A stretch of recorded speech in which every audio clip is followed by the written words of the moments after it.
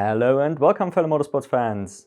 My name is Marcel and I'm once again here to talk about a fantastic weekend filled with junior Formula racing, mainly in the Middle East with the Formula 4 UAE and the Formula Regional Middle Eastern Championship, but also the first proper round of the F4 Saudi Arabian Championship following its trophy round at the end of last year. We also had the third round of the Formula Regional Oceania Championship, which means we had the third round of 3 different championships, and thus it is actually time to talk about the standings and the title competitors and so on and so forth. But before we can get to all of this, I quickly need to talk about 2 different news stories, which I normally don't really include news in these weekly reports, but these 2 are too big to ignore. So first of all, we have Alex Dunne has actually scored an F3 seat with MP Motorsports for the upcoming season. Most of us following this whole Dunne situation have probably lost all hope already, so this is fantastic news really. I'm sure he will be able to make the most of this opportunity given what he was able to show at Macau. And then the second piece of news is that Taylor Barnard, going against what I may or may not have said in my F2 prediction video, Barnard has actually gotten the second PHM seat next to Joshua Dirksen in F2, which means his F3 seat will then probably go to Nikita Bedrin, one would assume. Either way, these are 2 really big moves of 2 really talented young drivers, so yeah, I just felt like it was necessary to include them here. But now let's not waste any more time and let's get to the actual racing. Our first stop today is the aforementioned F4 Saudi Arabian Championship, which we could now actually see the full grid. Now, before we talk about the actual participants, quickly we need to talk about the news surrounding the series, which there was an article on Feeder Series, I believe, suggesting that there was going to be 20 cars on the grid. I had my doubts when the article got published, but yeah, now it is officially, it's been, you know, a bit of a lie. There aren't 20 cars. It doesn't really matter. I don't know, I'm always a bit confused by the need to sort of up the numbers when really you've got 15 good drivers. I mean, you can talk about that instead of making up numbers. The second thing is the broadcast, which I do like to complain about, you know, lower tier broadcasting. But this one is particularly interesting because they did not see the need to make their own YouTube channel for the series. So it was just streamed on the track YouTube channel, I believe. So that was really confusing, and I am wondering a little bit how that's going to work moving forward. They did the same in the trophy round, but at least then, you know, I could think, oh yeah, it's a trophy round, you know. I think that's more acceptable than for your proper season. That really shouldn't be a thing. Anyway, those are the negatives, and the main negatives really, because the positives are all among the drivers. Yes, it is probably the weakest of the now 3 F4 level winter series, but weakest in this context still means the front runners are very interesting. Unfortunately, the star of the trophy round, Oscar Wirtz, was, I don't know, just incredibly unlucky. Some of his incidents weren't on camera, so I can't quite tell whether or not he was just being a bit of an idiot on track potentially. But either way, he was just unable to finish races, just getting in wrecks, I believe in 3 out of the 4 races. So that was just sad to see, considering he had amazing pace in the trophy round. Instead, the star of the show more or less was Federico Al-Rifai, who was the other main guy in the trophy round, so that makes sense. He was just, you know, very consistent throughout. His main rival probably Zanfari, although I'm not super interested in Zanfari, to be honest. I think he is a little bit, for this series he's obviously perfect, but maybe a little older or too experienced almost for this, and I don't really see him go much further, so not too interesting. Nonetheless, he will be a big player in this championship, no doubt. The bigger headliners for me next to Wirtz and Al-Rifai are 2 debutants, which is one reigning karting world champion Kirill Kutzkov and Andrei Petrovic, and both of these who is as well technically a karting world champion in the Rotax senior category, I might add. And both of these did pretty well. Kutzkov not so much. His first race was really good, and I thought, oh yeah, he has built on the trophy round stuff, and then he went back to being, you know, more down in the midfield. Nonetheless, I feel like he has taken some steps forward since the trophy round, which is obviously what you want to see.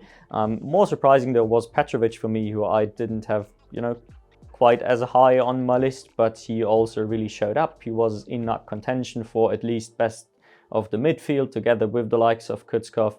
So yeah, fantastic F4 debut, really, all things considered. And then last but not least, female power in F4 as well, obviously, which is Hamda Al-Kubaisi. Once again showing that yes, she can indeed still drive an F4 car. She hasn't forgotten over the winter break, and she got one of the wins, stood on the podium 3 out of the 4 races. What more can you really ask for? Although unfortunately, on the flip side, her being this high up the order most of the time also shows the flaws of this series, which is that the average level maybe isn't, you know, quite up there with the UAE and the upcoming winter season. But anyway, this is a very fun junior championship, and I'm looking forward to the next round. The second of our F4 level championships of the week is once again the UAE F4 series, and we had our third round, this time for the first time not at Yas Marina but at the Dubai Autodromo instead. And now it is for the first time to actually consider the championship standings, because it's been the 3rd out of 5 rounds. So we now at this point have a pretty clear picture of who are the favorites really. Before we get to that though, a quick aside is, first of all, Reddit once again helped me learn things, so I now need to share those, which is Enzo Dellini is participating in this series, which some people may find odd because he was already announced as a FREC driver for next season. So why is he doing an F4 series? I was wondering as well, and it turns out there is actually a Formula Regional age limit. I don't know how I missed this, but I did, and so I'm probably not alone with this. So yeah, it turns out you need to be 16 to drive the Formula Regional cars. There you go, I love helping you guys out. Now, for the championship, there's 4 real contenders left in play. There is Freddie Slater and Keanu Al-Azhari are the 2 favorites, only separated by a single point. But then still also in the mix is Nikita Bedrin in his, you know, slightly not as competitive PHM machinery, as well as Keen Nakamura Berta, the youngster. Unfortunately, Alex Powell, I believe in P5, but not really in the running anymore. These 4 are the 4 like realistic contenders, unless all 4 of these just start collecting DNFs from now on. Obviously, we know that in a junior championship like this, the season will very likely be decided by just like one unlucky DNF. Between Slater and Al-Azhari, for example, one DNF could very quickly decide the championship. Nonetheless, just in case it isn't decided by some misfortune, I do want to make an outlandish prediction, which is that I think maybe Al-Azhari is actually the favorite here. Obviously, my heart wants to say Slater. I do really rate the kid, obviously. If you've listened to more of my videos, you might already know this, but Al-Azhari has got the experience in the car. He's got the experience fighting for wins and podiums and all that stuff. And crucially, these are his home tracks. At Yas Marina in particular, he's been brilliant and in the first 2 rounds. So, you know, I've got all reason to believe he will be able to repeat this in the 4th round at least, and then maybe build a big enough gap to actually win the championship. This is my prediction, bit of a gamble. I'm pretty sure if it's not him, it's going to be just the ever-consistent Freddie Slater. But at least for the time being, it seems like he just lacks that last little bit required to actually bring home the wins, which is the thing you need to do to win the championship. Potentially, again, depending on, you know, other finishing positions surrounding this. Now, aside from the actual championship battle, we still had some interesting developments. First of all, Alex Powell finally got his first win. It's still looking a little bit rough out there for him. You know, just to be totally honest, but hey, is a good start. He got it in race 2, which another big story for me. That's been one of the most insane races I've seen this year for sure, maybe, you know, for quite a while. Truly a fantastic spectacle all around. Unfortunately, it did get red flagged a bit prematurely when 2 back markers decided to crash into each other. Stack and I even forgot who the other one was. That's how insignificant they were. Nonetheless, a fantastic race. Go watch that if you haven't. And yeah, Alex Powell winning really is probably the least interesting thing that actually ended up happening in this race. A few other drivers I feel worth mentioning is, first of all, Dion Gauda finally wasn't as unlucky as he was in the first 2 rounds and actually got to score a few times, even got a podium. So, you know, it's looking up for him, even though obviously he's well out of the championship fight already. Similar fashion is Deegan Fairclough, really, like the total reverse for him. He obviously looked like a potential championship contender in the first couple rounds, and ever since that he's just completely disappeared into insignificance and just incident after incident after incident. So yeah, you know, the ups and downs of junior Formula racing, eh? And then last but not least, I find noteworthy that a few of the maybe lesser known drivers and rookie drivers are stepping up. First and foremost, Rodriguez. I am super excited to see that he is adapting to the higher level of competition now. He's been scrapping in the top 10 pretty consistently. Unfortunately, he had an incident in the third race, otherwise he would have scored really good points in that one. So the score sheet doesn't quite reflect his improved performance, but it is there. And we had a similar storyline, albeit not quite as big a jump, for David, and whose first name I keep forgetting, David, anyway, the Sri Lankan guy, and for Siburufen. So yeah, both of these, unfortunately, I believe, wrecked out of their points finishes, but either way, the level is increasing, and it is good to see, as both of these are, you know, among the more exciting rookies, I would say. Anyway, let's move on to the slightly bigger guys. If you enjoy this sort of content, then please leave a like on the video and consider subscribing to the channel. It would really help me a lot. Now, onto the Formula Regional Middle Eastern Championship, and this one, I have to say, looks a fair bit more decided than the F4 one, with Tuukka Taponen pretty firmly in the lead. Now, he is technically still being chased by both Taylor Barnard and Martini Stenson, although as far as I know, neither of them is supposed to finish the season. Stenson most certainly isn't. In fact, this was his last round, so he is effectively out of the running already. And then Barnard should also not be available next week due to the F3 preseason tests, which more or less, in my opinion, does hand the title over to Taponen. His performance this weekend just really continued. He didn't quite get the dominant wins he got last time out, but it doesn't really matter. He was at the sharp end consistently, did what he had to do, and at this point it's increasingly difficult to imagine a scenario where he doesn't win the title, if I'm being honest. Now, the biggest loser of the week, by a huge margin if you ask me, is last week's revelation, Théophile Nel, who he already did pretty well in the first round, fighting for points at least on debut. That was good. And then in the second round, obviously, he was absolutely amazing, fighting for wins, got a win in the reverse grid race, truly fantastic performance. And then this weekend, he more or less just disappeared.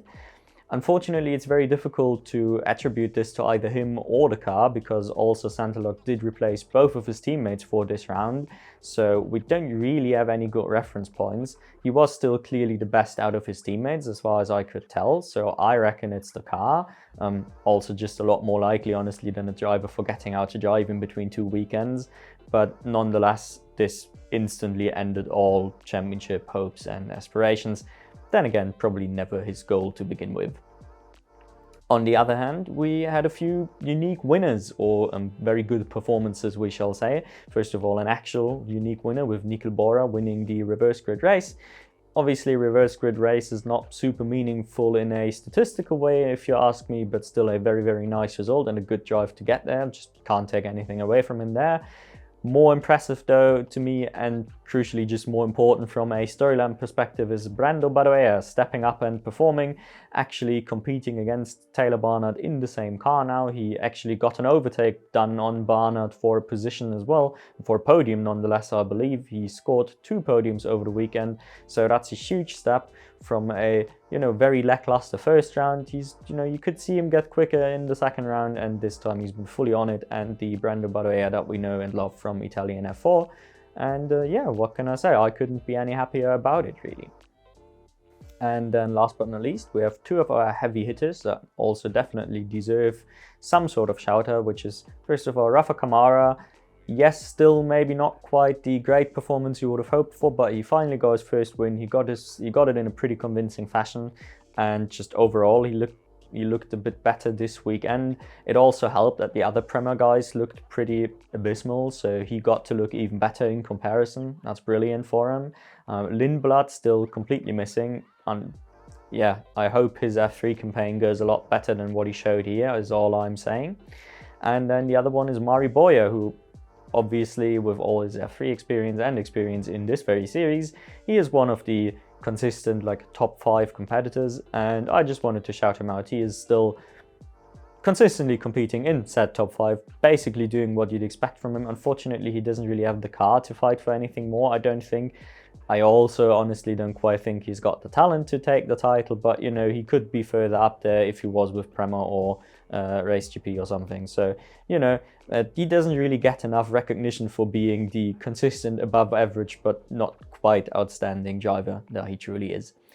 Anyway, let's move on to the Formula Regional Oceania.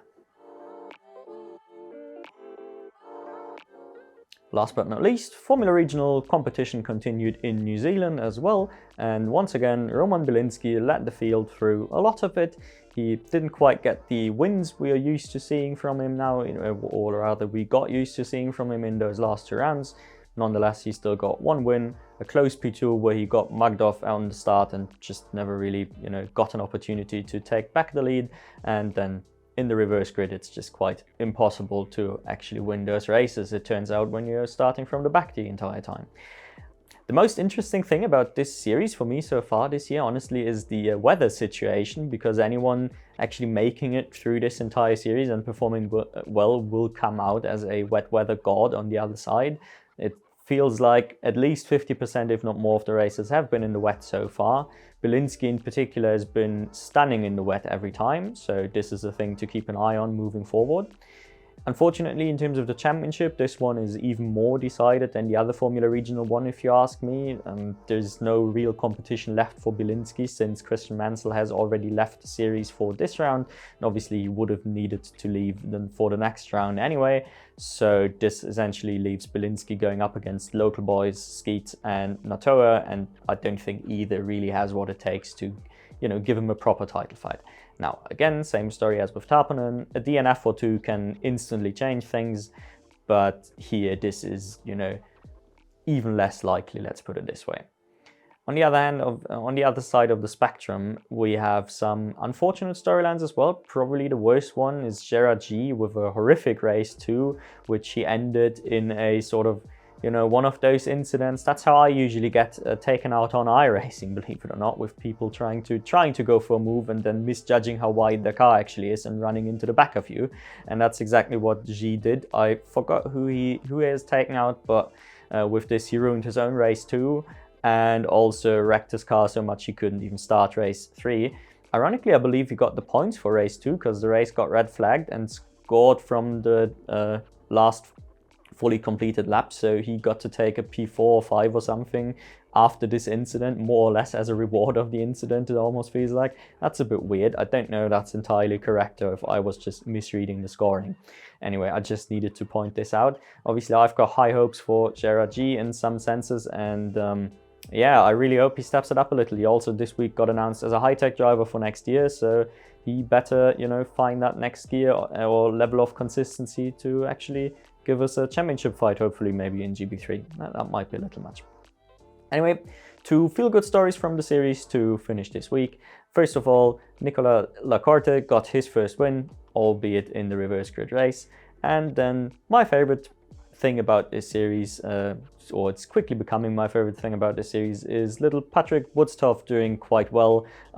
Continues to be the best rookie, definitely, in the series. Continues to be clear-cut the best American in the series, or like the best, F4 USA and Formula Regional Americas competitor coming over. So yeah, great stuff all around from him. Looking forward to seeing more from this kid. He has now, in the first round, he was still going toe-to-toe with Titus Sherlock, and now it looks more like what we've seen in the F4 series. He is a fair bit ahead now, and it's great to see. Anyway, now it's your turn to go to the comment section and tell me what your favorite thing was about the week, and crucially, who is your prediction, mainly for the F4 UAE Championship. I think that is the interesting one. Tell me why I'm an idiot for calling out Al-Azhari. Whatever it is, just let me know down in the comments, and otherwise, I will see you all next week.